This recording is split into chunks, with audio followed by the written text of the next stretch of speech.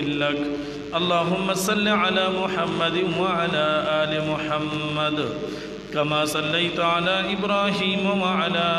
आलि इब्राहीम इन्नका हमीदुम मजीद। अल्लाहुम्मा बारिक अला मुहम्मद व अला आलि मुहम्मद कमा बारकता अला इब्राहीम व अला आलि इब्राहीम इन्नका हमीदुम मजीद। ज़माद इस्लाम फगु इज़्ज़तमंदो मुसलमानान रूनो दा अल्लाह रब्बुल जलाल जल्ल जलालुहु बंदिगान अल्लाह रब्बुल जलाल जल्ल जलालुहु मुसर ज़माद कामिल ईमान बरख नसीब का द रमज़ानुल मुबारक म्याश अल्लाह जल्ल जलालुहु पमुंग और तासु बांदी पखैर और आफियत सर तीर अकड़ा और नबी करीम सल्लल्लाहु अलैहि वसल्लम फरमाई चाचे द रमज़ानुल मुबारक रोजी उनी वली और वरपसी पदी शव्वाल के चिदा कमम्याश उस शोरोदा पदी की रोजी उनी वली अल्लाह जल्ल जलालुहु बदल डीर लोई अजर और सवाब वरकई। द रमज़ानुल मुबारक म्याश दागी खुखपल बरकातु चाप की इबादतुन उकड़ल, चाप की ज़िक्र अस्कार उकड़ल, चाप की इअ्तिकाफुन उकड़ल, चाप की दरूद शरीफ हुई, चाप की हर सुमर नेक अमाल उकड़ल दाने फ़ायदा उकड़ा। उस दा वरपसी म्याश चदा दीत शव्वाल हुई ददी खपल बरकात थी ददी म्याश खपल फजीलत ते अल्लाह जल्ल जलालुहु हर म्याश दिला खपल खपल बरकात वरकड़ी दी और ब्या पदी रज़ु की पदी शव्वाल के अल्लाह जल्ल जलालुहु दी शव्वाल ढेर बरकात दा वरकड़ी दी और तासु तमा हुई। पैगम्बर सल्लल्लाहु अलैहि वसल्लम फरमाई मन स्वामा रमज़ान चाचे द रमज़ानुल मुबारक रोजी उनी वली सुम्मा अतबअहु सित्तम मिन शव्वालिन ब्या वरपसी पग रोजी पदी शव्वाल की उनी वली खान का सियाम दहरी कुल्ली ही। पैगम्बर सल्लल्लाहु अलैहि वसल्लम फरमाई दादा से श्वा लकद टूल उमर रोजी उनी वली नुतासु तखुमा हुई चे पदी शव्वाल के शपग रोजी दा उनी वली नो दा अल्लाह जल्ल जलालुहु बद टूल काल द रोजो सवाब दर कई लेकिन संग उस द रमज़ानुल मुबारक रोजी दीर्श रोजी पर रमज़ानुल मुबारक की उनी वली शपग रोजी वरपसी पर शव्वाल की उनी वली नो दा शपग और दीर्श नो दा शपग दीर्श और अल्लाह जल्ल जलालुहु द यबीन कई सवाब यौ पलस बांधे वरकई अल हसनतु बिअश्रि अमसालिहा। अल्लाह जल्ल जलालुहु फरमाई चाची यौ नीकी उकड़ा दागी सवाब वर्त यौ पलस बांधे वरको दादा अल्लाह जल्ल जलालुहु खुसूसी आगा फजल करम दे पमुंगो तासु बांधे गोरा द अल्लाह जल्ल जलालुहु ढेर लोई फजल करम दे चे इंसान दे यौ नीकियों की दागी सवाब वर्ला अल्लाह जल्ल जलालुहु यौ पलस बांधे वरकई और यौ प वसव बांधी वरकई और अल्लाह जल्ल जलालुहु फरमाई वल्लाहु युदाइफु लिमन यशा। अल्लाह जल्ल जलालुहु फरमाई कद दीन सेवा वरकोम अल्लाह जल्ल जलालुहु फरमाई उस ददी पता न लगी चे दीन सेवा सवाब अल्लाह जल्ल जलालुहु सुमरदी इंसान लवरकई और ब्याद अल्लाह जल्ल जलालुहु खुदाये ता उगोरा यौ बंदे चे यौ बदी उकी दे यौ गुना उकी नो अल्लाह जल्ल जलालुहु सवई परिश्तो तवई चे लक सबर उकई कदे पदी गुना बांधे पेमान शो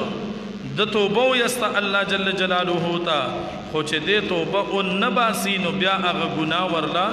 उली की ख्वागवल दासी निली की गुरद अल्लाह जल्ल जलालुहु खुदाए ता उगोरा लक कदा से कोल चे सवाब दरला यौ पलस बांधे दर को गुनाए दरलम यौ पलस बांधे नी कल दा अल्लाह जल्ल जलालुहु न सोक तपोस कोलिशी ना नीकी दल यौ पलस बांधे दर कई और गुना अगदर ला अक यौ प यौ बांधे ताल द अगे अगा गुना चे कमदा अगदर पस यौ प यौ बांधे नी कलेशी दादा अल्लाह जल्ल जलालुहु ډیر لوی خدای ده. نو قران کریم کې الله جل جلاله فرمای من جاء بالحسنه فله 10 امثالها، چا چې یو نیکی وکړه د هغې ثواب به یو په لس باندې ورکوم. نو د رمضان المبارک روزي 10 روزي د رمضان المبارک او شپږ روزي په دې شوال کې دا اوس کوم میاشت شروع ده په دې کې چاونی ولې نو شپږ روزي دا شوي 10 هغه شوي نو دا 36 شوي. نو 36 لچ په 10 کې ضرب ورکینو دا 360 شوي او د کال ورځې هم هغه 360 یا 365 دا ورځې دي. نو چې چا دا روزي ونیولې نو دا داسې شوا لکه چې الله جل جلاله د ټول کال روزو ثواب د په عمل نامه کې لیکي. ورپسې بل کال د کسي ونیوي، ورپسې بل کال د کشانته چې هر کال د رمضان المبارک روزي نیوي او شپږ ورپسې دا نیوي د ټول عمر روزو ثواب به الله جل جلاله د په عمل نامه کې لیکي. او دا تاسو ته ما وایي چې دا د الله جل جلاله په موږ او تاسو باندې خصوصي کرم او احسان دی. او ګناهونه تاسو ته ما وایي چې دا یو په یو باندې د بنده دا ګناهونه لیکل شي. او بیا د پیغمبر صلی الله علیه وسلم دی امت ته وګوره وردا خبره تاسو ته کوم چې دا د پیغمبر صلی الله علیه وسلم د اغوی برکات دي او د الله جل جلاله خصوصي کرم د پدی امت باندې. مخکینو امتونو چې بکله ګناه وکړه نو چې سحر بکله را پاسېدل هغه ګناه به فرشتو د هغه په دروازه باندې لیکلې و چې پلانی بیګا دا ګناه کړی دا فرشتو به لیکلې و. اوس که داسې وو څومره د شرم خبره به وه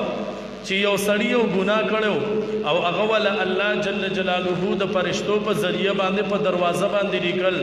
نو څومره لویا د شرم خبره به هغه مخکینو امتونو به چې کله ګناه وکړو کله به تی ګناه وشوه هغه به داسې وکړل چې سحر به را پاسېدل د کوڅې په دروازه باندې به هغه ګناه لیکلې وه چې پلاني بیګا دا ګناه کړې ده دا ګناه کړې ده. نو څومره لوی شرم به او الله جل جلاله د دې امت د پیغمبر صلی الله علیه وسلم دی امت ته وګوره الله جل جلاله او بیا پیغمبر صلی الله علیه وسلم هغه د دې خبره ترغیب ورکړي چې کله یو مسلمان نه ګناه وشوا او تا صحیح کو نو تب سجل کې پرده په هغه باندې اچي پرده په واچو. پیغمبر صلی الله علیه وسلم فرمایي من ستر مسلما ستر الله علیه. پیغمبر صلی الله علیه وسلم حدیث ته یو سړی دنا ګناه وشوا تبه داسې نه کې چې هغه ګناه هغه به خلکو ته مخامخ کې چې پلانی نه دا ګناه وشوا پلانی دا کار وکړه نه. پیغمبر صلی الله علیه وسلم هغه د دې خبرې ترغیب ورکړي. رسول الله مبارک فرمایي چې ته په هغه باندې پرده واچو. پیغمبر صلی الله علیه وسلم فرمایي دا د دې امت خصوصیات شو. او بل پدې کې دا نبی کریم صلی الله علیه وسلم فرمای چې د مسلمان په بل مسلمان باندې څه ګناه باندې صحیح کی د دې سو کی پرده دی پیواچي پرده دی پیواچي. او دا د رب العالمین د هغه څومره لویه مهرباني ده چې ته د رمضان المبارک روزي اونیوي شپږ ورپسې په دې میاشت کې اونیوي دا داسې شوه چې ټول عمر تا روزي اونیولې د ټول کال د روزو ثواب الله جل جلاله ستا په عمل نامه کې لیکي. او یو روزه چې بنده اونیسي نو د څومره ثواب وشو د یو سړی چې نفلی روزه اونیسي د جلاله دومره لري کوي څومره چې د ازمکه اسمان د یو بل نه لري دي الله جل جلاله په یو روزه باندې د جهنم نه دومره لري کوي. نو تاسو وایي چې یو بنده د ټول عمر روزي ونیوي یو بنده د رمضان المبارک روزي اونیوي ورپسې دا د شوال دا روزي دی اونیوي په یو روزه باندې انسان د جهنم نه دومره لري کیږي لکه ځمکه اسمان چې د یو بل نه لري دي په یو روزه باندې. نو چې ټول عمر یو سړی د روزه اونیوي دا د یوې روزې برکت دی. او بل حدیث کې راځي پیغمبر صلی الله علیه وسلم فرمای مشکات شریف کې هم دا حدیث دی و یو سړی چې یو نفل روزه اونیولا یو نفل روزه د جهنم نه دومره لري شي کاع دا یو حیوان دی دا کاع چې دا یو حیوان دی یو مارغه دی د علماء لیکلي دي بعضی کتابونو حیات الحیوان دا یو کتاب دی دی لیکلي دي وای چې یو کاع چې دنو د دې عمر په ټولو مارغانو کې د دې عمر څومره دی؟ سو کوئی د دې عمر 400 کاله دی، سو کوئی د عمر 200 کاله دی. تر دې پورې باندې کتابونو لیکلي دي چې د عمر 1000 کاله دی، 1000 کاله د دې کاع. نو چې یو سړی د یو روزه ونیسي او د کاع یو بچی چې پیدا شي او هغه د خپل جال نه والوزي او هغه د بوډاوالي عمر ته ورسي، لکه بعد انسانان یا زناور یا مرغۍ هغوی له په ځوانۍ کې مرګ راشي نه چې د بوډاوالي عمر ته ورسي او دې څومره وزرې وایي په دې خپل ژوند کې په دې 1000 کاله کې. نو دومره یو سړي چې نفله روژه ونیوله الله جل جلاله دومره د جهنم نه الله جل جلاله دی لرې کوي. نو تاسو وګورئ چې د یو سړي 80 کاله عمري او دې پکې دا دومره روجي ونیوي نو دې به الله جل جلاله څومره د جهنم نه لرې کوي. دا د نفل روجي د هغې برکات دي. ګوره یو حدیث مې تاسو ته ووي چې دومره بنده د جهنم نه لرې کېږي چې یو نفله روجه ونیوي لکه ځمکه اسمان چې د یو بل نه څوم لرې وي. دا یو حدیث. بل حدیث کې پیغمبر صلی الله علیه وسلم د قاعده مثال ورکوي. نو تاسو سوچ وکئ چې یو مرغۍ 1000 کاله الوزي دا به څومره وزرې وهي او دا به څومره الوزي، دومره به الله جل جلاله په یو روزه باندې د جهنم نه لرې کوي. نو چې یو سړی ټول عمر روزي ونیوي نو څومره به الله جل جلاله د جهنم نه دا لرې کوي. سفیانی سوری رحمت الله علیه یو بزرگ تیر شوی دی. زمون په دې بزرگانو کې 2 سفیان تیر شوی دي. یو سفیانی سوری رحمت الله علیه دی چې دا یو ډیر لوی بزرگ دی، د هغه د بزرګۍ یو ډیر لوی شهرت دی. یو سفیان ابن عوینه دا یو لوی محدث تیر شوی دی، دواړه د احادیثو استادان دي. او تاسو وګورئ چې کله د امام مسلم، د امام ابو داود او داسې نور امامان چې څومره دي د هغوی په سند کې دی ذکر دي، دا د هغوی په استادانو کې راځي، که سفیان سوری دی او که سفیان ابن عوینه دی، دا دواړه لوی محدثین تیر شوي دي. سفیان سوری رحمت الله علیه فرمایي وایي زه مکې مکرمې ته تللی او د الله جل جلاله د کور نه مې طواف کو. وایي یو کس را سره په طواف کې ملګری شو په بیت الله شریف کې، وایي هغه سره زما دوستانه جوړه شوه. سفیان سوری رحمت الله علیه وایي او تاسو ته یو خبره کوم، د حج یا د عمرې دوستانه چې کمی او د حج دا ملګری چې دا بنده ته ډیر زیات خوږي. وجه په دې کې صحیح د دې دا سفر د الله جل جلاله د رضا د پاره. نن سبا ستا چا سره مینې مثال په تور باندې ستابت سلالی چې یا به تاسو سره سخه کړي نه، د حج دا سفر داسي چې دا د الله د رضا د پاره د حج د ملګری چې کمی دا بنده ته ډیر خوږي. سفیانی سوری رحمت الله علیه فرمایي چې ما طواف کو د بیت الله شریف نه تاویدم، یو کس می ولید په طواف کې مونږ دواړو خبرې کولې، زما ور سره دوستانه پیدا شوه. وی چې کله مونږ به طواف کو یو ځای طواف هم کو چې روټۍ به مو خوړه، یو ځای روټۍ به مو خوړه، چې کله به دواړه بهر راوتو نو وی هم بهر به یو ځای راوتو، هلته په حرم شریف کې به یو ځای ناستو مو. وی دغه کس سفیانی سوری صاحب وایي چې دا کس کمونو دی وی بیمار شو، وی ما ته وایي چې کینه ته خو زما ملګری، زما دلته کې نه پلار شته نه مې مور شته، هېڅ څوک مې نشته، زه بیمار یم، زما یو څو وصیتونه دي دا درته کوم. که کله زه مړ شم نو داسې به کې چې کله زه مړ شم نو ماله به غسل په خپله باندې راکې. دوی مې راته دا ووي چې کله زه وفات شم ما به په خپلو لاسو باندې له حد ته کوزې. او دریم نمبر خبره راته دا وکړه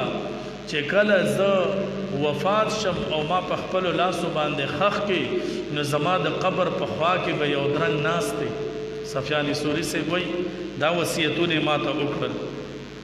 او مسله په دې کې دا ده، ګوره د مړي د غسل متعلق، مړي له غسل ورکول د دې متعلق یو څو خبرې تاسو ته زه کوم. لکه بعد وخت خلک چې دنو مړي له غسل ورکوي، مړي له بعد خلک وایي یاره د غسل طریقه مونږ له نه راځي. طریقې دا ده چې کله یو سړی زنانه یا نارینه دی وفات شو، غسل به ول رشتہ دار خپل ورکوي. یو سړی وفات شو خپل رشتہ دار دی ورله غسل ورکی، پلار وفات شو زوی دی ورله غسل ورکی، زی وفات شو پلار دی ورله غسل ورکی داسې نږدې رشتہ دار چې هغه دی ورله غسل ورکی او غسل په درې تنه باندې یو مړی له ته غسل ورکې باس په درې تنه باندې غسل ورکېږي زمونږ خلک به څه چلو کی زمونږ خلک به داسې وکړي چې کله مړی له غسل ورکوي او مړی په تخته باندې واچوي د هغه نه کپړې لرې کړي نو زمونږ خلک به دا اواز وکړي ودرېږه پلاني ته اواز کوي بل به وایي پلاني ته اواز کوي بل به وایي پلانې پاتې دی ولې داسې کوي چې خلکو د مړی دی اندامونو ته ګوري مړی په تخته باندې پروت دي داسې به نه کوي چې هر سړی راځي هغه مړی ته ګوري د مړی اندامونو ته ګوري او چې دا کم رشتہ دار تا د نکړي چې دای د مامازي دی دای د پپوزي دی د پلانې دی دا ډنګلې دی هغه دی وردن نکړل او په مړی کې انسان عاجز دی په مړی کې سو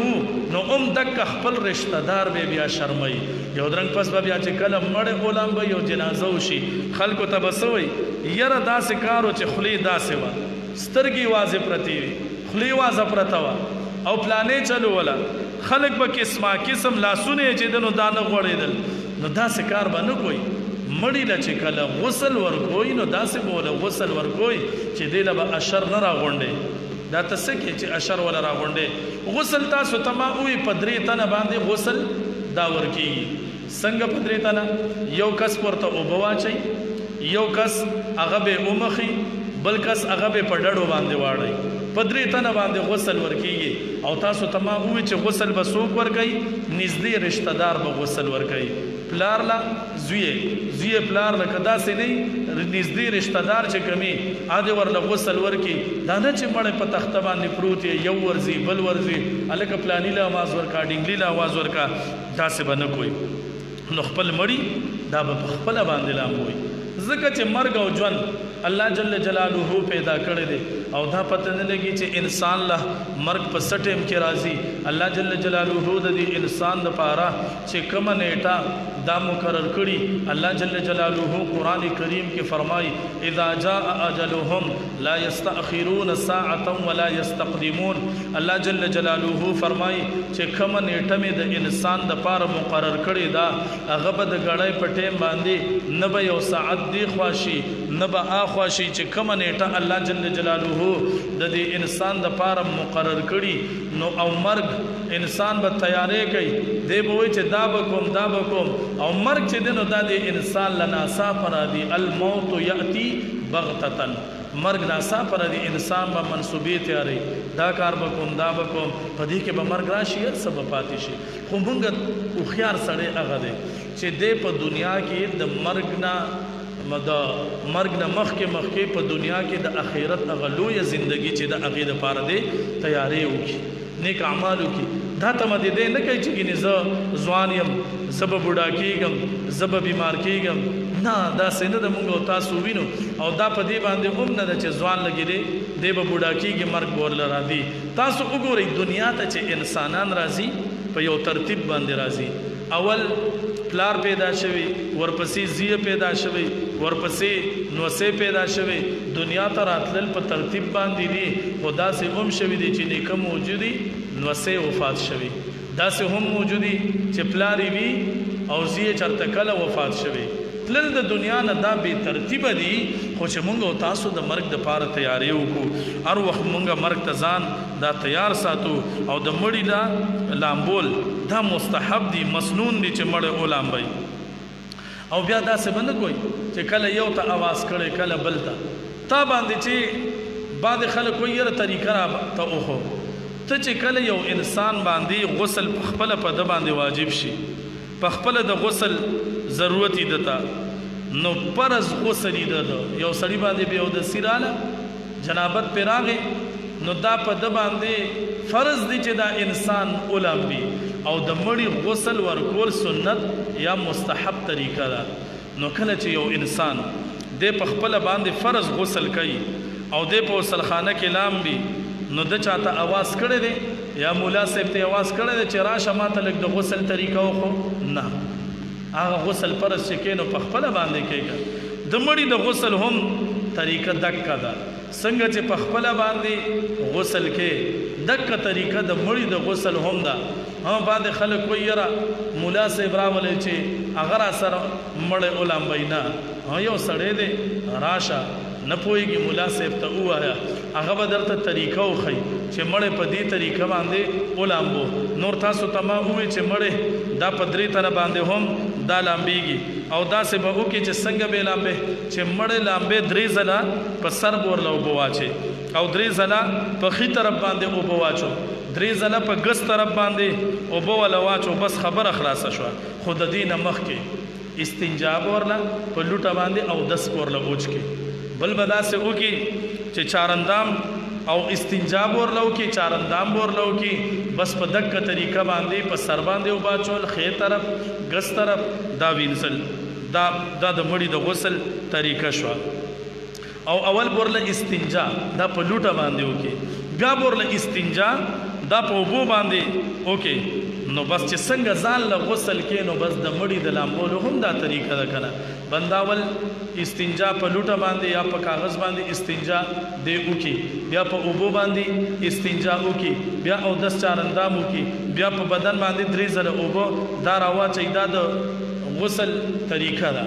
په غسل کې تاسو تمام ویلو که نه مخکې چې فرض پکې څو دي، فرایض پکې څو دي. په اودس کې فرایض هم موږ او تاسو زده کړو. د اودس چې کومې مسنون دعاګانې دي هغه موږ او تاسو زده کړو.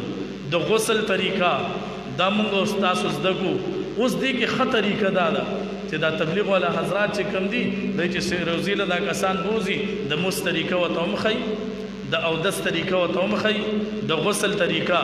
دا ورته هم وښیي. بیا ورته ووایي په غسل کې فرایض دا اوس خلکو ته پته نشته. په اودس کې فرایض د دې علم چې بنده حاصل کی په دې باندې ځان پوهه کی. یو سړی نه چاته پوسو کوي په غسل کې 100 فرض دی، وی 3 وی صابون او تولیه او لوټا او بو دا پکې فرض دي نه. دا په غسل کې خدا فرض نه دي. د غسل فرایض یا د اودس چې کوم فرایض دي اغاز د قرآن کریم درته وی یا ایها الذین آمنوا اذا قمتم الى الصلاة فاغسلوا وجوهکم وایدیکم الى المرافق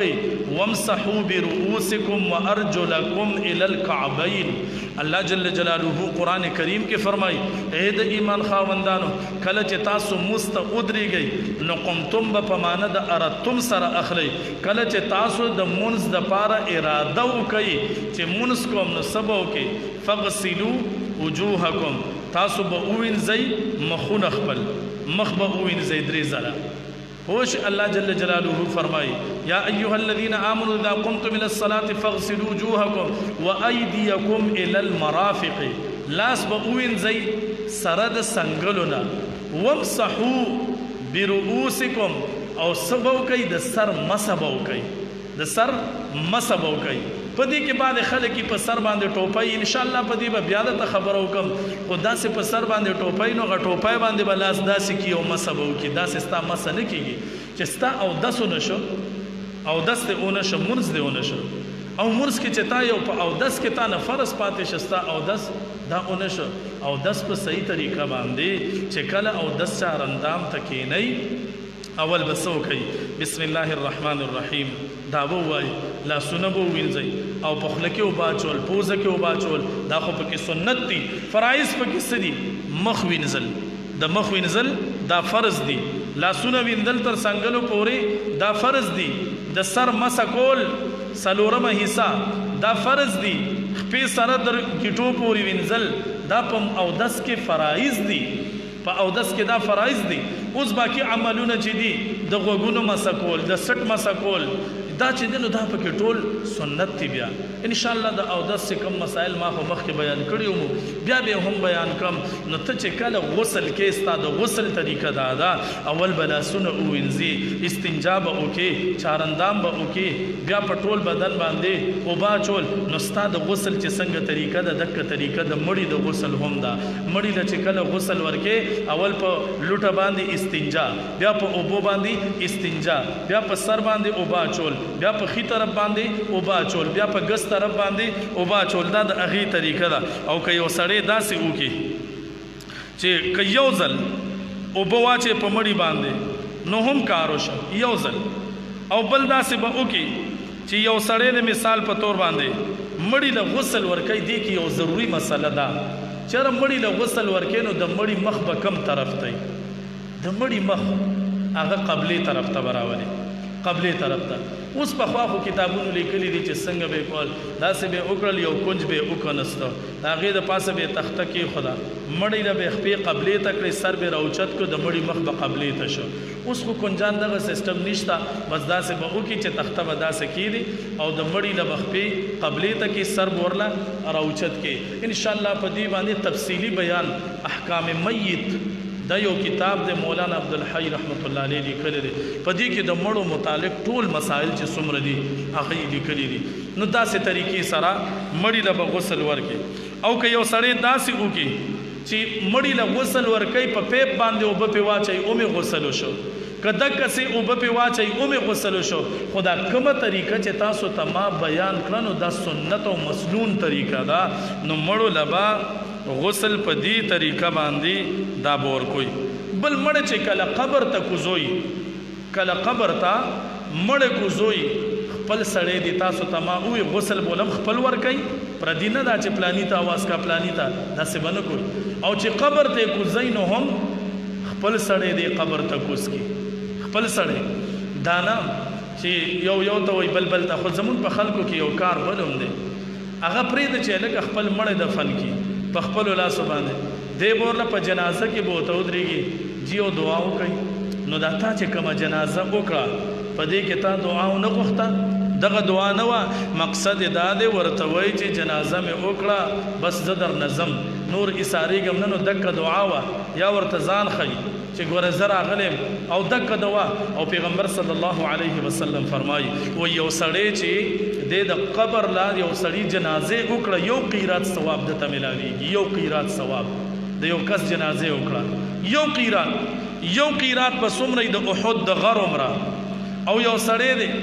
د یو بل کس جنازه وکړه او می جنازه وکړه اوم قبرستان ته ورته لاړ د څومره ثواب وشو 2 قیرات ثواب وشو چې قبرستان ته هم لاړ او دغه ته هم لاړ جنازه هم وکړه 2 قیرات ثواب الله جل جلاله د په عمل نامه کې دالی کی نو د الله د رضا د پاره چې د بل مسلمان او د مسلمان په مسلمان باندې حقونه دي پاغي کې یو حق د مسلمان دا هم دی چې کله یو مسلمان د وفات شي د جنازه وکړي چې کله بیمار شي تپوس وکړي او بل داسې کو چې سلام ورته کوي دا د مسلمان په مسلمان باندې حقونه دي چې مسلمان د خپل حقوق دا او پیژني نو دا د مړو او تا چې یو سړی بل ته وایي یاره دوا به وکړو جنازه وشي نو بعد خلک وایي دوا ورته وکړي تا په جنازه کې څه ووایي اللهم اغفر لحینا ومیتنا وشاهدنا وغائبنا وصغيرنا وكبيرنا وذكرنا وأنثانا اللهم من أحييته منا فأحيه على الإسلام ومن توفيته منا فتوفه على الإيمان تدعوني اے اللهم اغفر لحينا اے الله زمون ژوندۍ وبخي ټول پکې رالل اے الله زمونږ ژوندۍ وبخي او بیا ورپسې سوای اے الله زمونږ مړي وبخي اے الله زمونږ حاضرین وبخي اے الله زمونږ غایبین وبخي نو دا ټول خبره پکې تا اونکړه دغه دعا نه و جنازې نه پس بیا دعاګانې نشته دغه د جنازې د مرشد یو کو دا تا دعا وغوښته بعد خلک چې جنازه وشین بیا به دعا ورته وکي دغه د دعا وکړه کنه اللهم اغفر لحينا وميتنا وشاهدنا وغائبنا دې کې ټول لاله بل مړی لبا چې کله په لحد کې مړ کېږي نو مخبور لقبلې ته کې او سبو وای بسم الله وعلى ملة رسول الله اے الله ستا په نوم باندې د رسول الله مبارک صلی الله علیه وسلم په دین باندې داغه په ملت باندې الله دې سپارم دا دعا به وای دا دعا به بیا وای کدا نه درځي په پښتو کې دعا دا به وای مخبورلا قبلې ته کې نو دا د مړی متعلق یو څو خبرې د غسل او دغه دابل د غسل د جنازې وغیرہ یا د دې ثواب دا یو څو خبرې مې تاسو ته کولې خبره مې درته دې پورې کوله خبره بل په لاړه تاسو تمام وي 2 سفیان تیر شوي دي یو سفیان سوری دی یو سفیان ابن عوینه دی دواړه د حدیثو امامان دي د امام مسلم د امام ابو داود دا سے نور چې کم محدثین د دې په استادانو کې ذکر دي سفیانی سوری رحمت الله علیه فرمایي چې زپ بیت الله شریف کې ما طواف کو چې کله طواف کوم په دې دوران کې یو کس ما سره ملګری شو په طواف کې ما سره دوستانه جوړه شو هغه وایي چې کله به مونږ خوراک سکاک کو دغه ملګری به ما سره وي زما دا ملګری وفات شو دې ما ته وایي چې زه یاره دې وی بیمار شو وی دې وایي چې زه تاته یو څو وصیتونه کوم یو وصیت هغې دا وکړو چې زه خو بیمار یم ما دلته څوک شته نه چې کله زه وفات شم ماله به غسل په خپله راکړې دویم نمبر خبره دا ده چې زما مونځ د جنازې به په ما باندې په خپله باندې کې دریم نمبر دا چې ما به په قبر کې په خپله باندې کړې ما به دفن کې وی چې کله دا سړی وفات شو سفیانی سوری رحمت الله علیه فرمایي څوک غسل مې ولا په خپله باندې ورکو مز د جنازې مې په وکړو وې د ما ته ویلو چې کله ما په قبر کې کېږدې ډایرکټ په زمان نه ځي یو درنګ به د ما د قبر په خوا کې ناست دی ځکه چې فرشتې را دي نکیر او منکر قبر ته راځي هغوی ما نه دا سوال جواب کوي چې من ربک ما دینک من نبیک نوې ځای به نوې کور به نو چې زما زړه لږ په تا باندې ډاډی لږ به زما د قبر په خوا کې ولاړې وی ما وی چې خله وی چې کله جنازه وشوه او مړ مې دفن کو د قبر په خوا کې سفیانی سوری سے وای کېناستم وی داسې وشو چې د ما سترګې پټې شوې وی چې سترګې مې پټې شوې دغه سړی مې په خوب کې ولیدو یو شین باغ د په هغې کې ګرځي او مسله دا ده چې کله یو سړی د په خوب کې ولیده یو انسان چې دی په شین باغ کې ګرځي یا د سپینې کپړې اچولې دي دا به د جنت یو دلیل چې الله به دې بخلی انشاءالله جنت ته به داخل کړي ځکه په جنت کې به انشاءالله تاسو ته ما ویلو شنه شنه باغونه وي او انشاءالله بنگلې وي په جنت کې ډیر انعامات وي نو چې کوم یو سړی دی دې صحیح کو چې د شنې کپړې دي دا د تتاولی د پشین چمن کې دی به الله بخلی سپینې کپړې دي دی به الله بخلی او د خوب کې دی یو سړی صحیح کو دا به د خوب تعبیر تپوس کوم هغه چا نه کې چې یو سړی د خوب په تعبیر باندې پوهیږي داسې نه چې یو سړي خوب لیدلی او بل ته یې وي یاره ما خوب ولیدو وایي ملایان مې ولیدل سپینې کپړې او شنه پټکي ولیدو نو دا خو اوس ښه خوب د سپینې کپړې او شنه پټکي هغه خو پوهېده نه دی ورته وایي ما په خوب کې دا ولیدل او ورته وایي مړه دا خو د مولای لیدلی دي سپینې مولای دي او شنې پېپاڼې دي دا خو تا وي مولای لیدلی نو د خوب تعبیر د دا به هغه چا ته وایي چې څوک په خوب باندې پوهیږي اسې نه چې د خوب تعبیر درلا غلط وباسي او ستا بیا سودایي رها به شي چې د خوب په تعبیر باندې څوک پوهیږي یوسف علیه السلام نه الله جل جلاله دا تاسو سوره یوسف کې دا تاسو ویلي تاسو دا اورېدلي دي چې هغه په دې باندې پوهېده او څومره خوبونه یې لیدلي وه بادشاه او د هغې تعبیر یوسف علیه السلام ورته دی وایي چې زه وایي دکه ځای کې ناست وم دا خوب مې ولیده وی ما هغه ملګري نه تپوس وکړو چې الله په څه باندې وبخلي وي ما ورته وی چې ته خو شین باغ کې ته مړ شوی نه وی هغه وی چې زه مړ یم خو الله خو ما سره ډېره ښکلې معامله وکړه وی الله جل جلاله خو زه وبخلم وی ما ورته وی چې په څه باندې وبخلې وی ما ته وی چې په دې باندې وبخلم چې الله جل جلاله ما ته ووی چې تا زما د پیغمبر په یو حدیث باندې عمل کړو هغه عمل داو پیغمبر علیه الصلاۃ والسلام فرمایي من صام رمضان ثم اتبعه ستا من شوال كان كصيام الدهر كله او كما قال عليه الصلاة والسلام پیغمبر علیه السلام فرمایي چا چې د رمضان المبارک روزي ونیسلې ورپسې په دې میاشت کې دا چې اوس د شوال کومه میاشت ده دې کې شپږ روزي ورپسې ونیولې الله د ټول کال روزو ثواب بدله ورکوي وی الله جل جلاله ما ته ووی چې تا زما د پیغمبر په یو سنت باندې عمل کړو د هغې په برکت مې درته زه بخښنه وکړه او ګوره کله کله داسې وشي چې یو معمولي عملي هغه الله جل جلاله ته ډیر زیات خوښ شي او بعد وخت کې پیغمبر صلی الله علیه وسلم فرمایي وایي د یو بنده او د جنت په منځ کې به یو لیش فاصله دی به داسې عمل وکړي چې دی به جهنم ته لاړ شي او بعد وخت کې به د یو انسان او د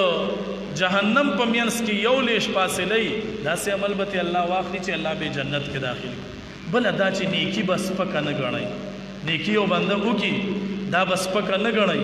او ګوره یو خبره تاسو ته د کوم یو نیکۍ پسې به هم بنده منډې وایي نبا ملاویږي ښا یو نیکیوم اوس د دنیا دا میدان دی اوس تاسو دې دی کې ناستئ څومره نیکۍ درته ملاویږي د رسول الله مبارک احادیث اورئ دا مسائل اورئ فقه اورئ دا تاسو اورئ څومره ثوابونه درته الله جل جلاله درکوي څومره اعمال څومره نیکۍ ستاسو په علامه کې الله جل جلاله لیکي او د قیامت په ورځ باندې الله جل جلاله فرمایي یوم یفر المرء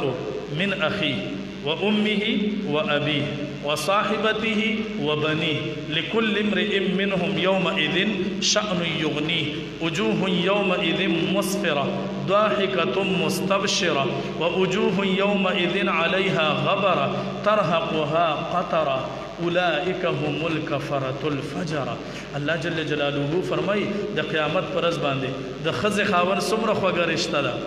یو نیکی به یو بل نشي ورکوله ولې جهنم به مخامخ کاری او ورته به وایي چې یو نیکی درله در کوم زما کار خرابېږي جهنم خو به موجود نه وي رور به د رور نه تختی پلار به د زوی نه تختی ملګری به د ملګري نه تختی یو نیکی به څوک یو بل نشي ورکولی اوس په دې دنیا کې تاسو وګورئ که اخرت خو لا لویه خبره ده اوس په دې دنیا کې په تا د سختي راشي یو سړی به درنه لرې تختی به درنه په دنیا کې نن نفسي نفسي ده نو اخرت کې اخلا لویه خبره ده په دنیا کې داسې حالات ته زمونږه نو خلک به یو نیکی یو بل نشي ورکولی اوس په دنیا کې الله جل جلاله مونږ او تاسو له مهلت راکړی دی او څومره لوی میدان دی وکئ پکې اعمال نیک اعمال پکې وکئ چې بنده بیا دا ارمانونه کړي نو نیکی دا سپکه ګڼل نه دي پکار ځکه چې یو سړی او د الله جل جلاله تاسو ته ما ووایي څومره لویه خدایي ده الله جل جلاله هغه ذات دی او په دې خپلو بندګانو باندې څومره مین دی او بلکې الله جل جلاله مونږ او تاسو باندې دا څومره انعامات کړي دي دا د پیغمبر علیه السلام د خاطره او د پیغمبر علیه السلام دی امت له الله جل جلاله چې څه ورکړي دي دا نور امتیانو ته نه دي ورکړي یو سړی به الله جل جلاله د قیامت پر ورځ باندې ځان ته به نږدې کړي الله جل جلاله به ځان ته نږدې کړي الله جل جلاله به پې وایي خپل لاس په واچوي اوس د الله جل جلاله داسې لاس نه دی لکه زمونږ تاسو چې څنګه لاس دی لاس په واچوي نه داسې نه الله به ځان ته را نږدې کړي او الله جل جلاله به ورته څه وایي ای بنده زما بنده ځان سره به الله را جوخ کړی ګوره د الله د فضل و کرم ته وګورئ وختي مې دا حدیث کته ډېر خوشحاله شوم چې د الله دومره رحم دی په مونږ باندې او الله جل جلاله په صفتونو کې تاسو وګورئ الله رحمان او رحیم دی او د الله رحمت چې دی دا په غضب باندې سیوا دی ګورئ د الله غضب هم ډېر دی خو رحمت سیوا دی د الله جل جلاله بل دا چې د الله د رحمت نه به مونږ او تاسو نا امیده کیږو نه الله جل جلاله په خپله فرمایي لا تقنطوا من رحمت الله الله فرمای زما د رحمت نه امید کیږي ما نو دغه بنده د ګناګار بنده دی به ډیر ګناګاری الله به ځان ته رانږدې کی الله به په وی لاس واچي خو تاسو ته ما وایي چې داسې لاس نه لکه زمونږ استاسو داسې الله به ځان ته رانږدې کی الله به ورته وایي بنده تا په دنیا کې دا ګناه کړی وه دی به وایي الله وړي وړي ګناهونه به ورته الله یادوي غټ ګناهونه نه واړه واړه ګناهونه تا بنده دا ګناه کړی وه دی به وایي الله او دا ما کړی وه بل ګناه به ورته یاده کی تا دا ګناه کړی وه او دا ګناه هم ما کړی وه او د قیامت په ورځ باندې چې کله عملنامه انسان ته میلاو شي نو دی به څه وایي دی چې خپله عملنامه را واخلي دی به څه وایي لا یغادر صغیرة ولا کبیرة الا احصاها زما دا عملنامه چې دا دی خو نه وړه ګناه پرېښودې ده نه لویه ګناه پرېښودې ده که ما په پټه یو ګناه کړې ده هغه هم پکې لیکلې ده په ښکاره باندې مې یو ګناه کړې ده هغه هم پکې لیکلې ده د الله جل جلاله نه څه پټېدی شي د الله نه هېڅ نه دي پټ د یو زمیندار دی هغه دانې واچوي په پټي کې نو هغه نه تپوس کوئ څومره دانې دې ور واچولې هغه ته پته ده چې د لاسو نه یې وتې دي او د الله څومره خدایي ده دومره لوی الله جل جلاله دومره لوی خدایي چې یو دانه په یو اوبو کې په یو ځمکه کې لاندې هم پرتی د هغې علم چاته دی الله جل جلاله ته دی یو پاڼه هغه د اونې نه راپرېوځي د هغې علم چاته دی الله جل جلاله ته وما تسقط من ورقة الا يعلمها ولا حبة फी ज़ुलुमात الأرض वला रत्बिन वला याबिसिन इल्ला फी किताब मुबीन। यो पाण چې راپریوزي د الله د حکم نه بغیر نشي راپریوته، یو دانه د کاغذ په اوچه دا او کپلونده ده الله سره لیکلې ده، الله سره محفوظ ده. نو اوس کومه تاسو ګناهونه کو په پټه باندې الله ته هر څه معلوم دی. کتی په کمره کې دنه ګناه کې الله ته علم دی، کتی په بل ځای کې ګناه کې د الله نه څوک پټې دی شي، د الله د خدای نه هیڅ څوک نشي پټې دی. او بیا زمونږ استاسو په دې اوبو باندې کرامن کاتبین ناستی، یو فرشتہ اغستانی کی دی کی بل بدی دی کی انسان ته چې عمل نامه خپل ملاو شي الله ورته سوي اقرا کتابک کفا بنفسک اليوم عليك حسیبا. اول ولنن عمل نامه خپل په خپل باندې کفا بنفسک اليوم عليك حسیبا، نن رستا لکافی د په خپل ځان باندې خپل حساب وکړه چې تاسو کړی دي. او الله به دې بنده ته وایي چې تا کوم ګناهونه کړی دي فرشتو د ځان نه لیکل کړی دي که صحیح دي، دی به وایي نه الله چې کم لیکلي کړي دي هغه ارس بالکل صحیح دي. الله جل جلاله دی به یریږي، الله به ورته واړه واړه ګناهونه را مخکې کوي، دی به وایي هسې نه چې الله راته غټ ګناهونه را مخې ته کړي، نو دی به غږ نه کوي. نو الله جل جلاله به دې بنده ته څه وایي؟ وایي زما بنده په دنیا کې دې دا ګناهونه کړي دي، دا دې واړه ګناهونه دي، خو پرده مې در باندې اچولې وه په دنیا کې. په دنیا کې مونږ څومره ګناهونه کوو، الله را باندې پرده اچولې وی په دنیا کې مې در باندې پرده اچولې وه، زما بنده دې ځای کې در باندې هم اوس پرده اچوم، په دې ځای کې هم پرده در باندې اچوم. زه دا څومره ګناهونه چې کړي دي دا مې درله په نیکو باندې بدل کړ، دا مې درله بنده په نیکو باندې بدل کړ. دی به وایي الله جل جلاله ته چې هغه کم ګناهونه دي کړي دي هغه مې درله په نیکو باندې بدل کړل. نو دا بنده به وایي دا بنده چې یاره دا خو راله واړه ګناهونه یې راله په نیکو باندې بدل کړل، دی وایي الله زما غټ ګناهونه خو هم دي. وی الله جل جلاله ورته وایي چې بنده هغه ګناهونه ما ته پته وه خو هغه مې درته ځکه نه یادولسې نه چې ته ویرېږې چته. او الله جل جلاله به ورته وایي چې هغه غټ ګناهونه چې څومره وو تا یو ځلې راغلی وي او ما ته دې توبه ایستې وه، ته یو ځلې رالی ډېر غټ ګناهونه دې کړي وو، ما ته دې یو توبه ایستې وه، بنده که ستا هیر دي زما یاد دي، هغه توبه مې درله قبوله کړې ده، نو غټ ګناهونه مې درته هم معاف کړي دي. ته وې ما ته غټ ګناهونه یادې چې هغه راله په نیکو هغه مې درله مخکې وې په نیکو باندې بدل کړي. الله دومره لوی ذات. او پیغمبر علیه السلام فرمایي چې د بنده ورته لوی ګناهونه الله ته یاد کړي الله به وخاندي، الله به وخاندي چې بنده وګوره تر اوسه یې ریدي، خو د الله فضل خبره تاسو ته کوم هغه. او الله جل جلاله پیغمبر علیه الصلاۃ والسلام حدیث رسول الله مبارک سے فرمائی، رسول الله مبارک فرمائی صلی الله علیه وسلم الطائب من الذنب كمن لا ذنب له او كما قال علیه الصلاۃ والسلام. پیغمبر صلی الله علیه وسلم فرمائی وای چې یو سړی د ګناه نه توبه ویستا د ګناه نه داسې پاک شه چې د ګناه اډو کړی نه ده، خو چې توبه د الله جل جلاله ته ویستا. نو تاسو ته خبره دا کوله چې داسې به نه کوئ چې لکه یو سړی نیکي سپکه ګڼي، نیکي به سپکه نه ګڼي. ګوره معمولی عمل که الله ته د خوښ شي په هغې دی الله جل جلاله بخښنه کوي. امام غزالی رحمت الله علیه تاسو به نوم اورېدلی، دا څومره لوی امام دی، الله ورته څومره لوی علم ورکړی دی. لکه امام غزالی اوس هم که څوک داسې کار وکړي او قابل سوی ورته امام غزالی ته به سوی غزالی الدهر. اوس هم چې یو سړی داسې کار وکړي غزالی وایي، د دې زمانې امام غزالی وایي سم دومره قابله سړی و. دغه امام غزالی رحمت الله علیه یو ځلې لیکل کول چې لیکل کول نو ستاسو که خیالي مخکې به دا سیاهي چې ون دی کې به ګوړم واچوله چې دا لږه ټینګه شي، نو داسې کار به وکړو چې امام غزالی صاحب لیکل کوي، خو چې لیکل کوي قلم یې څنګه کېښوده په کاغذ باندې، دې کې یو مچ راغی او هغه مچ چې څنګه راغی هغه د قلم په څوکه باندې کېناسته، چې څنګه کېناسته امام غزالی صاحب هغه قلم ورته ودروي پرېږده چې دا مچ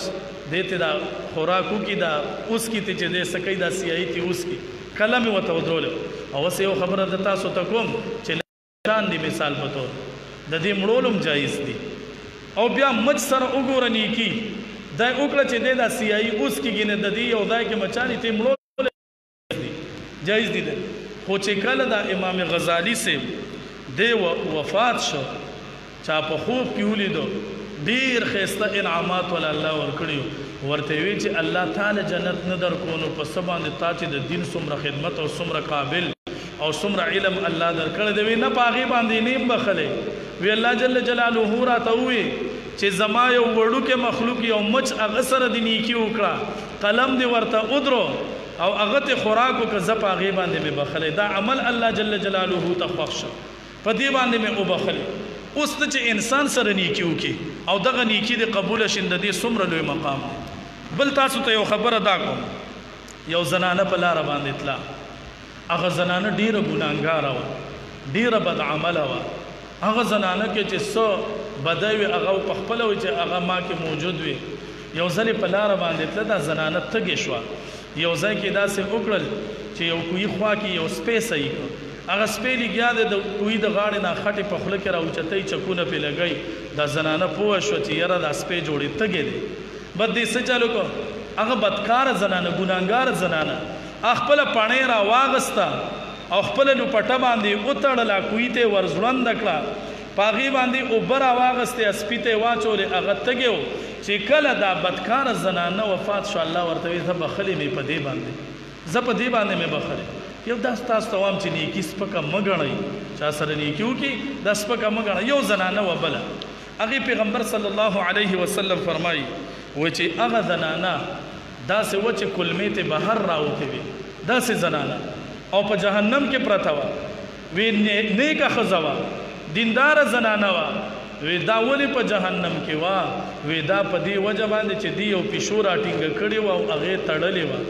هغې تړلې وه نه ولا خوراک ورکو نه ولا سکاک ورکو نه دا پیشو پرې خوده چې ځان له خپل ښکار وکړي هغه په دې کې مړه شوه هسې لړزولې چې کله دا زنانه وفات شوه نو الله جل جلاله څه چل وکړو الله جل جلاله په جهنم کې داخله کړه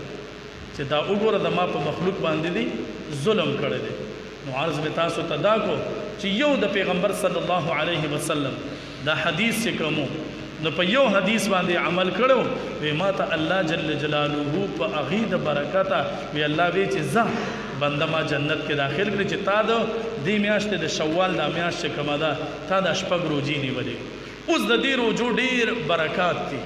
ډېر فضایل دي اوس یو سړی بیمار نه او دی روغي د رمضان المبارک روجي ونیولې ورپسې دا شوال دا میاشت چې کومه ده په دې کې روجي ونیولې د دې برکت دومره دی بعضې خلکو زمونږ